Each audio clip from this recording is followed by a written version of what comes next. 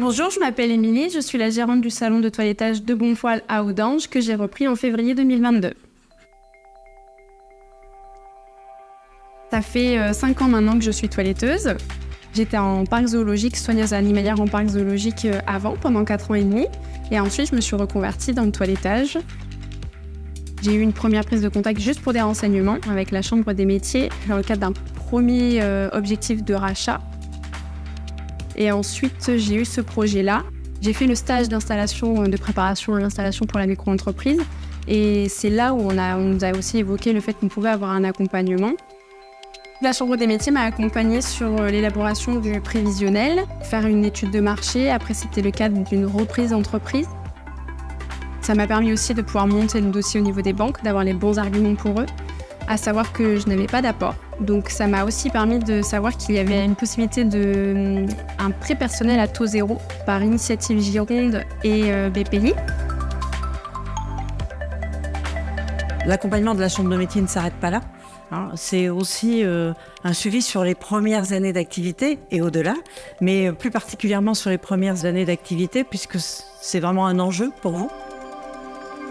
C'est quelque chose, nous, que l'on fait avec le conseil, en partenariat avec le Conseil régional Nouvelle-Aquitaine, dans le cadre de ce qu'on appelle Entreprendre la région à vos côtés.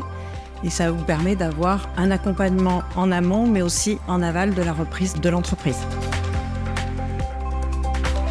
Nous nous retrouvons aujourd'hui chez Émilie, entreprise de Bonpoil, qui est un salon de toilettage. La Chambre de métier et de l'artisanat l'a accompagnée sur la reprise de son entreprise.